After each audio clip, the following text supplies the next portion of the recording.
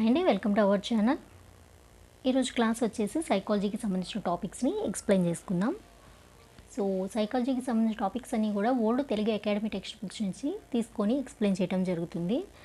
దీనికి సంబంధించిన first chapter విద్యా మనోవిజ్ఞాన శాస్త్ర ఆధారాలు అనేది కంప్లీట్గా మనం ఎక్స్ప్లెయిన్ చేసుకున్నాం అనమాట. లైన్ టు లైన్ ప్రతి లైన్ని కూడా మనం ఎక్స్ప్లెయిన్ చేసుకోవడం అనేది జరిగింది. ఆ లెసన్ కంప్లీట్ అయిపోయినాక నెక్స్ట్ చాప్టర్ అయినటువంటి అభ్యాసకుని వికాసం అనే టాపిక్ని మనం ఈరోజు క్లాస్లో ఎక్స్ప్లెయిన్ చేసుకుందాం అనమాట. టుడే టాపిక్ వచ్చేసి అభ్యాసకుని వికాసం. ఈ టాపిక్స్ అనేవి బోత్ తెలంగాణ అండ్ ఆంధ్రప్రదేశ్లో ఎవరైతే టెట్ అండ్ డిఎస్సికి ప్రిపేర్ అవుతున్నారో వాళ్ళందరికీ కూడా యూజ్ అవుతాయి అనమాట. ఈ సైకాలజీ కానీ పెడగాలజీకి కానీ సంబంధించిన టాపిక్స్ అనేవి ఓల్డ్ తెలుగు అకాడమీ బుక్స్ దాటి మాత్రం అయితే రావన్నమాట, ఏ బిట్ అయినా కూడా. ఓకే, టాపిక్లోకి వెళ్దాం. అభ్యాసకుని వికాసం. ఫస్ట్ అభ్యాసకుని వికాసంలో లక్ష్యాలు ఏంటనేది మనం ఒకసారి ఫాస్ట్గా చూసేద్దాం. ఈ లక్ష్యాలు ఏంటంటే ఈ చాప్టర్ కంప్లీట్ అయ్యేసరికి మనం ఎటువంటి లక్ష్యాలను చేరుకుంటామంటే ఫస్ట్ ఆఫ్ ఆల్ పెరుగుదల వికాసం వంటి కీలక భావనలు ఏవైతే ఉన్నాయో వాటి గురించి వివరణగా తెలియజేస్తుందన్నమాట ఈ చాప్టర్. అలాగే వాటి మధ్య ఉన్న భేదాలను గురించి కూడా తెలియజేస్తుంది. అభ్యసన సంసిద్ధతని గురించి తెలియజేస్తుంది అనమాట. ఆ తర్వాత అభ్యసన సిద్ధత అంటే సంసిద్ధత, అభ్యసించడానికి కావలసిన ప్రిపరేషన్ ఆర్ రెడీనెస్ అని కూడా మనం అనుకోవచ్చు. ఆ సంసిద్ధతను కలిగించే కారకాల గురించి వివరించడం. దెన్ వికాస నియమాల గురించి తెలియజేస్తుంది. వికాస నియమాలు చాలా ఇంపార్టెంట్. వికాస నియమాలు అంటే వ్యక్తి వికాస నియమాల గురించి వివరంగా తెలియజేస్తుంది. ఇది తెలియజేయటమే కాదు, ఆ వికాస నియమాల గురించి వివరణ కూడా మనకి ఇస్తుందన్నమాట. నెక్స్ట్ వికాసం అంటే వ్యక్తి వికాస దశల గురించి వివరణగా తెలియజేస్తుంది. తర్వాత బాల్య, శైశవ, బాల్య, కౌమార దశల్లో పొందే శారీరక, మానసిక, సాంఘిక, భావోద్వేగ, నైతిక వికాసాల గురించి వివరణగా తెలియజేస్తుంది అన్నమాట. ఆయా దశల్లో జరిగే వివిధ అంశాల గురించి కూడా ఇక్కడ అధ్యయనం చేయటం జరుగుతుంది. సరే, పరిచయం చూద్దాం. ఇక్కడ ఏంటంటే ఆధునిక కాలంలో అంటే ప్రజెంట్ ఇప్పుడు మనం ఉంటున్న యుగం ఆర్ ఈ కాలంలో ఏంటంటే విద్య అనేది శిశు కేంద్రీకృతమైనది. విద్య ఎవరి కోసం? ఈ స్కూల్స్ కానీ ఇవన్నీ కూడా ఎవరి కోసం చేయటమైంది? ఈ స్కూలింగ్ సిస్టమ్ కానీ ఏదైనా కూడా కాలేజెస్ కానీ విశ్వవిద్యాలయాలు ఇవన్నీ కూడా ఒక స్టూడెంట్ యొక్క ఎంటైర్ డెవలప్మెంట్, ఒక పర్సనాలిటీ డెవలప్మెంట్, ఒక స్టూడెంట్ యొక్క పర్సనాలిటీ డెవలప్మెంట్ కోసం ఉన్నాయన్నమాట. ఇన్ని సిస్టాలు వచ్చిన ఎడ్యుకేషన్ సిస్టంలో కొత్త కొత్త ఒరవడులు వచ్చి అవన్నీ కూడా ఒక స్టూడెంట్ యొక్క డెవలప్మెంట్ కోసమే. అదే ఇక్కడ చెప్తున్నారు. విద్య అనేది శిశు కేంద్రీకృతమైనది. విద్యార్జన చేసేందుకు అంటే విద్యను అర్థించేందుకు ఆర్ విద్యను నేర్చుకునేటానికి పిల్లవానికి 3 సంవత్సరాల ప్రాయం దాటిన వెంటనే పాఠశాలకు పంపించడం జరుగుతుంది. సో ఏం చేస్తారండి, 3 years దాటంగానే ఒక పిల్లవాడిని ఏం చేస్తారు, స్కూల్కి పంపించేస్తారు. ఎందుకు? అక్కడ టీచర్స్ ఏమైనా చెప్తే నేర్చుకో రా అని. కానీ ఆ సమయంలో అంటే ఆ 3 years టైంలో పిల్లవాని పెరుగుదల వికాసం ఏ విధంగా ఉంటుంది? అసలు ఏమైనా డెవలప్ అవుతాయా? వాడికి ఏమీ డెవలప్ అవ్వవు. అది ఎవరో ఆలోచించరు. అభ్యసన ప్రక్రియకు అవి ఏ విధంగా సహకరిస్తాయి? సో 3 years పిల్లవాడికి ఆడు లెర్నింగ్ స్కిల్స్ అనేవి ఏ స్థాయిలో అంటే ఏ స్టేజ్లో ఉంటాయి అనేది ఎవరైనా కన్సిడర్ చేస్తారా? చేయరు. వ్యక్తి ప్రవర్తనను పెరుగుదల, వికాసం, పరిణితి అనేవి ప్రభావితం చేస్తాయి అంటే వ్యక్తి ప్రవర్తన, ఒక పర్సన్ యొక్క బిహేవియర్ అనేది పెరుగుదల, వికాసం, గ్రోత్ అండ్ డెవలప్మెంట్, అలాగే పరిణితి, మెచ్యూరిటీ అనేవి ఏ విధంగా ప్రభావితం చేస్తాయి. అయితే వ్యక్తి ప్రవర్తన శాసించే ఈ భావాలు ఇప్పుడు తెలుసుకుందాం. ఇవన్నీ ఏంటంటే వ్యక్తి యొక్క ప్రవర్తన శాసిస్తాయంట. ఏవి? పెరుగుదల కానీ, వికాసం కానీ, పరిణితి కానీ. ఇవన్నీ కూడా దేని మీద ఎఫెక్ట్ చూపిస్తాయి? ఒక పర్సన్ యొక్క ప్రవర్తన మీద, ఆయన యొక్క బిహేవియర్ మీద ఎఫెక్ట్ చూపిస్తాయన్నమాట, శాసిస్తాయన్నమాట. తన ప్రవర్తన ఎలా ఉండాలి అనేవి శాసించేవి ఇవి మాత్రమే.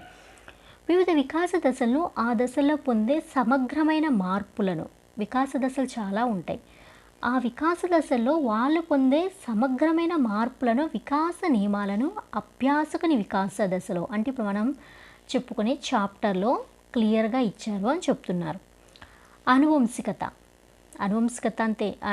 అంటే ఏం లేదండి, పేరెంట్స్ నుంచి వచ్చిన క్యారెక్టర్స్ అన్నమాట. పరిసరాల వల్ల ప్రభావితమయ్యే వివిధ పెరుగుదల దశలతో పాటు అంటే అనువంశికతని ఇక్కడ కన్సిడర్ చేస్తున్నారు. అలాగే ఆ పిల్లవాడు ఉండే పరిసరాలు కూడా ఎఫెక్ట్ అవుతాయి.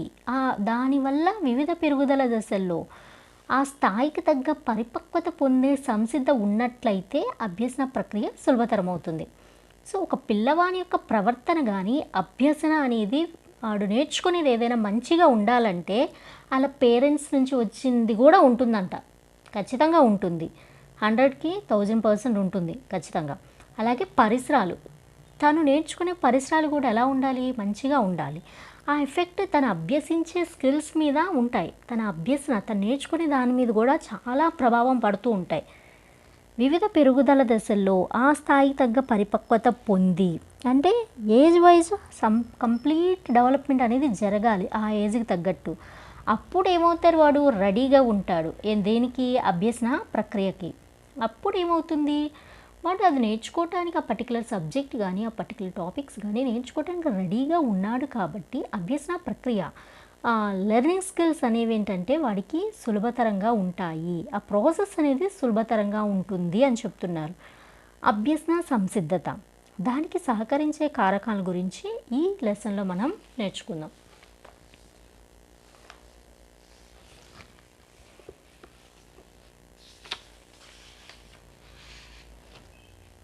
ఈ లెసన్ చాలా చాలా ఇంపార్టెంట్ అండి. పెరుగుదల, వికాసం, పరిణితుల భావన. పెరుగుదల అంటే తెలుసు కదండి, పెరుగుదల, వికాసం, గ్రోత్. పెరుగుదల అంటే గ్రోత్ అండి, వికాసం అంటే డెవలప్మెంట్, పరిణితులు అంటే మెచ్యూరిటీ లెవెల్స్ అన్నమాట. వీటి భావన గురించి తెలుసుకుందాం.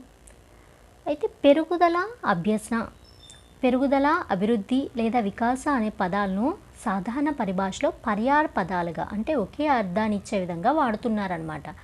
పెరుగుదల, అభివృద్ధి, వికాసం. పెరుగుదలన్న ఒకే రకంగా తీసుకుంటున్నారు. అంటే పెరుగుదల, అభివృద్ధి ఒకటే, అలాగే పెరుగుదల, వికాసం ఒకటే, అభివృద్ధి, వికాసం ఒకటే అని తీసుకుంటున్నారు. అనే పదాలను జనరల్గా ఏంటి పరిభాషలో పర్యాయ పదాలు అంటే ఒకే అర్థం, పెరుగుదలన్నా అభివృద్ధి అన్నా వికాసం అన్నా ఒకటే అర్థంగా వాడుతున్నారనమాట. కానీ సైకాలజీలో ఏంటంటే వీటి మధ్య విస్తృతమైన పరిధిలో తేడా ఉంది. అకార్డింగ్ టు సైకాలజీ బట్టి చూస్తే గ్రోత్ వేరు, డెవలప్మెంట్ వేరు, మెచ్యూరిటీ వేరు. ఇవన్నీ కూడా ఏంటంటే టోటల్ డిఫరెంట్ అనమాట. అకార్డింగ్ టు సైకాలజీ పెరుగుదల అనేది శారీరక పరిమాణంలోనూ అంటే శారీరక మార్పులు, ఒక పర్సన్ యొక్క, ఒక పిల్లవాడి యొక్క, ఒక శిశువు యొక్క శరీరంలో వచ్చే మార్పులు అనమాట. ఆ శారీరక మార్పులు అంటే శారీరక పరిమాణంలో శరీరంలో వచ్చే మార్పులను ఆకారంలో పిల్లవాడు ఏం చేస్తాడు, 3 ఇయర్స్కి ఒకలాగుంటాడు, మళ్ళీ 6 ఇయర్స్కి ఒకలాగుంటారు. అలా తన ఆకారంలో తన ముఖ కవలికలు కానీ బాడీలో కానీ కొన్ని చేంజెస్ అనేవి వస్తాయి. అంతర్గతంగా భాగాలైన ఇంకేంటి ఫిజికల్గానే కాదు, ఇంటర్నల్ ఆర్గాన్స్ ఏమొస్తాయి, బ్రెయిన్, డైజెస్టివ్ సిస్టమ్, ఇవన్నీ ఉంటాయి కదా, జ్ఞానేంద్రియాలు వచ్చే మార్పులు సూచిస్తుంది. ఇవన్నీ కూడా పెరుగుదలకు సంబంధించినవి. సో ఇవన్నీ ఒక 3 ఇయర్స్ పిల్లవాడికి ఏమాత్రం డెవలప్ అవుతాయి, అవవు కదా. అకార్డింగ్ టు సైకాలజీ, మన సైకాలజీ ప్రకారం మాట్లాడుతున్నాం అనమాట. ఇప్పుడు ఈ సైకాలజీ ప్రకారం చూసుకుంటే ఇవన్నీ కూడా డిఫరెంట్గా ఉన్నాయని ఒక అవగాహన అయితే వస్తుంది కదా మీకు. అయితే పెరుగుదల అనేది ఏంటిది, శారీరక పరమైనది. డెవలప్మెంట్ అనేది ఏంటిదండి, గ్రోత్ అనేది శారీరక పరమైనది, శరీరానికి సంబంధించినది. అంతర్గత అవయవాలు అలాగే ఇంటర్నల్ ఆర్గాన్స్ కూడా డెవలప్ అవ్వాలి. ఇవన్నీ వీటన్నిటినీ కలిపి ఎలా కన్సిడర్ చేస్తారు, పెరుగుదలగా కన్సిడర్ చేస్తారనమాట. పెరుగుదల కొంతకాలం తర్వాత ఆగిపోతుందన్నమాట. పెరుగుదల అనేది లైఫ్ లాంగ్ జరగదనమాట. అది ఒక సర్టెన్ ఏజ్ తర్వాత ఏమవుతుంది, ఆగిపోతుంది. పెరుగుదలను కొన్ని కాలమానాల ద్వారా మాపనం చేయడానికి వీలవుతుంది. మనకు తెలిసిందే పెరుగుదలను ఎలాగా కన్సిడర్ చేస్తారు, ఎలాగా క్యాలిక్యులేట్ చేస్తారు అనేది ఆల్రెడీ మనకు తెలుసు, అవునా. ఇక్కడ ఏం చెప్తుందంటే కొన్ని కొలమానాలు ద్వారా మాపనం చేయటం, కొన్ని మెజర్మెంట్స్ ద్వారా పెరుగుదలను మాపనం చేయొచ్చు అనమాట. పెరుగుదల పరిమాణాత్మకమైనది అంటే ఇక్కడ ఏంటంటే పెరుగుదల పరిమాణాత్మకమైనది అంటున్నారు కదా, చూడండి ఇక్కడ పెరుగుదల పరిమాణాత్మకమైనది ఎందుకంటున్నారు? పెరుగుదల పరిమాణాత్మకమైనది, ఇది పరిమాణంలోనే చేంజెస్ చూపిస్తుంది. ఒక హైట్లో చేంజెస్ ఉంటుంది, ఒక బాడీ ఆకారంలో. అంటే అప్పుడప్పుడు 3 ఇయర్స్కి బుడ్బుడి చేతులు ఉన్న, ఒక 2 ఇయర్స్కి చిన్ని చిన్ని చేతులు ఉన్న పిల్లవాడు తర్వాతకి కొంచెం వాడి చేతులు, వాడి మజిల్స్ కానీ వాడి బోన్ కానీ కొంచెం ఏమవుతుంది, అల్లార్జ్ అవుతుంది, అవునా? సో అక్కడ పరిమాణంలో మార్పు వచ్చినట్టే కదా, అదనమాట పెరుగుదల పరిమాణాత్మకమైనది. అంటే ఒక వ్యక్తి యొక్క పరిమాణంలో చేంజెస్ అనేవి వస్తాయి, డెవలప్మెంట్ అనేది జరుగుతుంది, మెదడు డెవలప్ అవుతుంది, డైజెస్టివ్ సిస్టమ్ డెవలప్ అవుతుంది, అలాగే జ్ఞానేంద్రియాలు డెవలప్ అవుతాయి. ఇవన్నీ కూడా పెరుగుదలలో భాగం అనమాట. బట్ ఈ పెరుగుదల ఎక్కడి వరకు ఉంటుంది? కొంతకాలం, దీనికి ఒక టైం లిమిట్ ఉంది. కొంతకాలం తర్వాత ఏమవుతుంది, పెరుగుదల నిలిచిపోతుంది అని చెప్తున్నారు ఇక్కడ. వికాసం అనేది ఏంటి? పెరుగుదల గ్రోత్ అయితే వికాసం డెవలప్మెంట్ అనమాట. వికాసం అనేది నిరంతరం జరిగే ప్రక్రియ. వికాసం అనేది ఏంటంటే ఒక్కసారి స్టార్ట్ అయిందంటే అది కంటిన్యూ అవుతూనే ఉంటుంది అనమాట. ఆ వికాస దశలు అనేవి వస్తూనే ఉంటాయి. వాడు అంటే వికాసం, వాడు బ్రెయిన్ అనేది వికసించిన దగ్గర నుంచి వాడు చనిపోయే వరకు వికాసం అనేది జరుగుతూనే ఉంటుంది. భాషా వికాసంతో పాటు, భాషా వికాసం అంటే భాష మాట్లాడటం అనమాట, తో పాటు సామాజిక వికాసం, నైతిక వికాసం, చలన వికాసం, ప్రజ్ఞా పాఠవాల వికాసం అనేవి అభివృద్ధిని కొలిచే అవకాశం ఉండదు. వికాసం అనేవి అభివృద్ధికి చెందిన అంశాలు అనమాట. ఇవన్నీ ఏంటంటే అభివృద్ధికి చెందిన అంశాలు. ఇవన్నీ కూడా అభివృద్ధి, అర్థమైందండి? అది పెరుగుదల. సో ఈ వికాసాలన్నీ దేని కిందకు వస్తున్నాయి? అభివృద్ధి కిందకి వస్తున్నాయి. ఏంటవి అంటే భాషా వికాసం. ఫస్ట్ పిల్లవాడు ఏం చేస్తాడు? చిన్న చిన్న సౌండ్స్ అనేవి చేస్తాడు.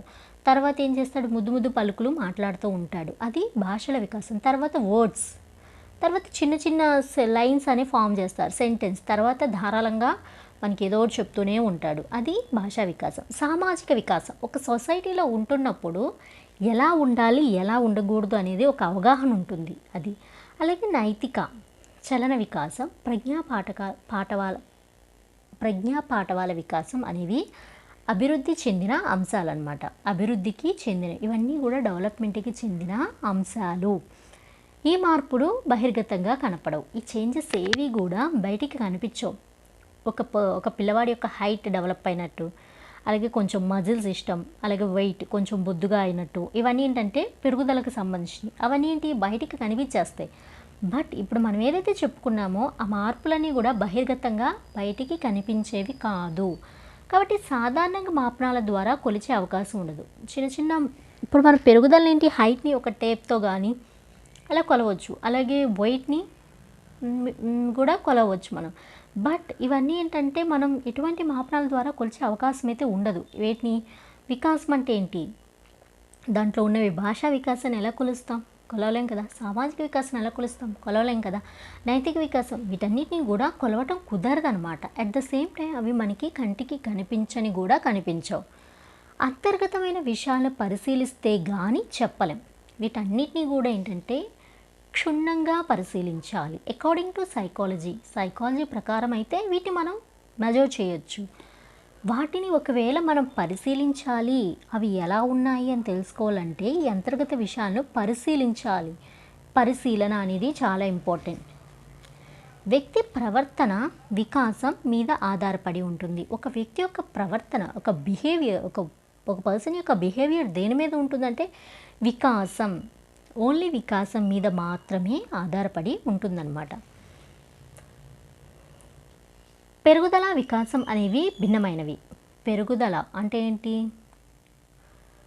వేరు, వికాసం అనేది వేరు. పెరుగుదల అంటే ఇంగ్లీష్లో వచ్చేసి గ్రోత్, వికాసం అంటే డెవలప్మెంట్. ఓకేనండి, ఇవన్నీ కూడా భిన్నమైనవి అనేవి భిన్నమైన విషయాలుగా కనబడతాయి. రెండు పరస్పరం ఒకదాని మీద ఆధారపడి ఉంటాయి. ఎస్, పెరుగుదల వేరు, వికాసం వేరు. మనం అకార్డింగ్ టు సైకాలజీ మనం చూస్తున్నాం కాబట్టి మనకి రెండు వేరుగా ఉంటాయి. రిమైనింగ్ వాళ్ళకి ఏంటి, రెండు ఒకటే అనమాట.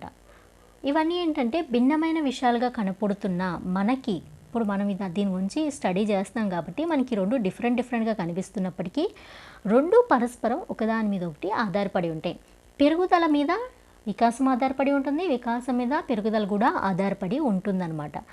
రెండిటికి విడదీసి వేరుగా చూడటానికి వీలు కాదు. పెరుగుదలను తీసేసి వికాసాన్ని చూడలేం, అంటే పెరుగుదల లేకుండా వికాసం అనేది జరగదు, వికాసం లేకుండా పెరుగుదల అనేది జరగదు.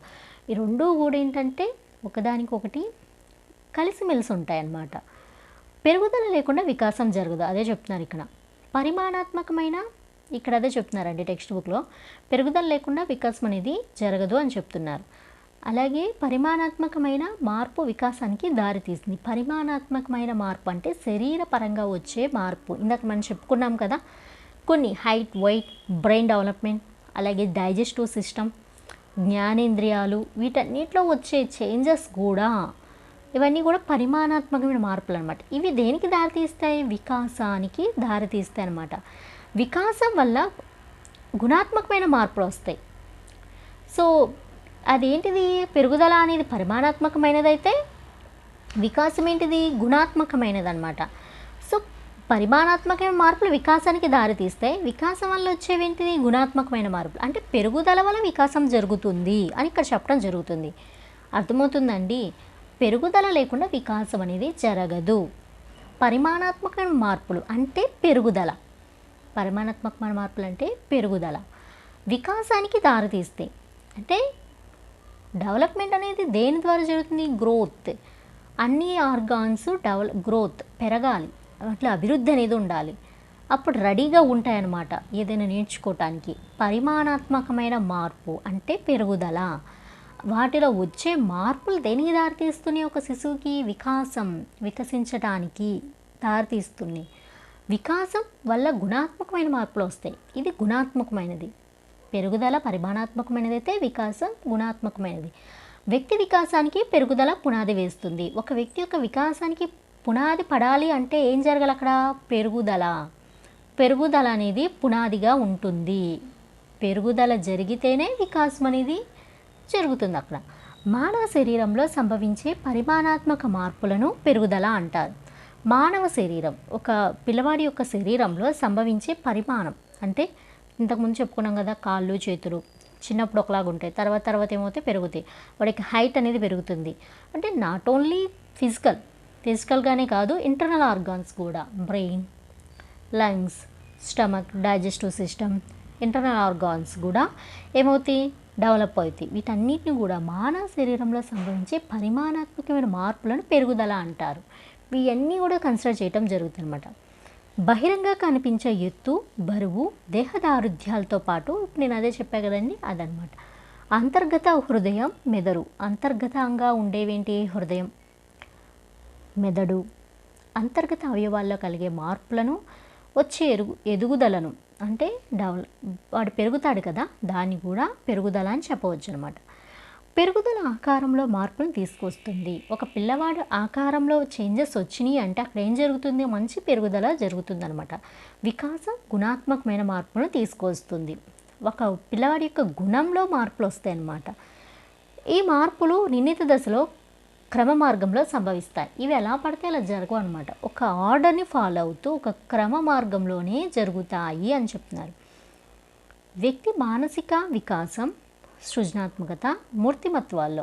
మానసిక వికాసం అంటే మెంటల్ డెవలప్మెంట్, క్రియేటివిటీ, మూర్తిమత్వం, పర్సనాలిటీ డెవలప్మెంట్లో సంభవించే మార్పులను వికాసం లేదా అభివృద్ధి అనవచ్చు. వీటన్నిటిని కూడా ఎలా కన్సిడర్ చేస్తున్నారు? అయితే వికాసం లేదా అభివృద్ధి. వీటిని అంటే వికాసానికి అభివృద్ధికి పర్యాయ పదంగా వాడవచ్చు అంటే మేబీ సమ్టైమ్స్, కొన్నిసార్లు వాడచ్చు. బట్ వికాసానికి పెరుగుదలకు పర్యాపదంగా వాడకూడదు. వ్యక్తి మానసిక వికాసం కలగాలి, వాటికి సృజనాత్మక స్కిల్స్ అనేవి డెవలప్ అవ్వాలి, పర్సనాలిటీ డెవలప్మెంట్, వాటిలో సంభవించే చేంజెస్నే వికాసం లేదా అభివృద్ధి అంటారనమాట. అయితే పెరుగుదల, వికాసం ప్రత్యామ్నాయ పదాలుగా వాడుతున్నారు కదా, వీటి మధ్య గల వ్యత్యాసాలు అనేవి నెక్స్ట్ క్లాస్లో మనం చెప్పుకుందాం. ఓకేనండి. వీటిలో ఉన్న మేజర్ డిఫరెన్సెస్ ఏంటి, అసలు what is growth, what is development అనేది నెక్స్ట్ క్లాస్లో మనం ఎక్స్ప్లెయిన్ చేసుకుందాం. అలాగే మెచ్యూరిటీ గురించి, వీటన్నిటిని గురించి కూడా నెక్స్ట్ క్లాసెస్లో మనం ఎక్స్ప్లెయిన్ చేసుకుందాం. ఈ టాపిక్స్ అనేవి చాలా చాలా ఇంపార్టెంట్ టాపిక్స్ అన్నమాట. ఓకే అండి, థ్యాంక్ యూ.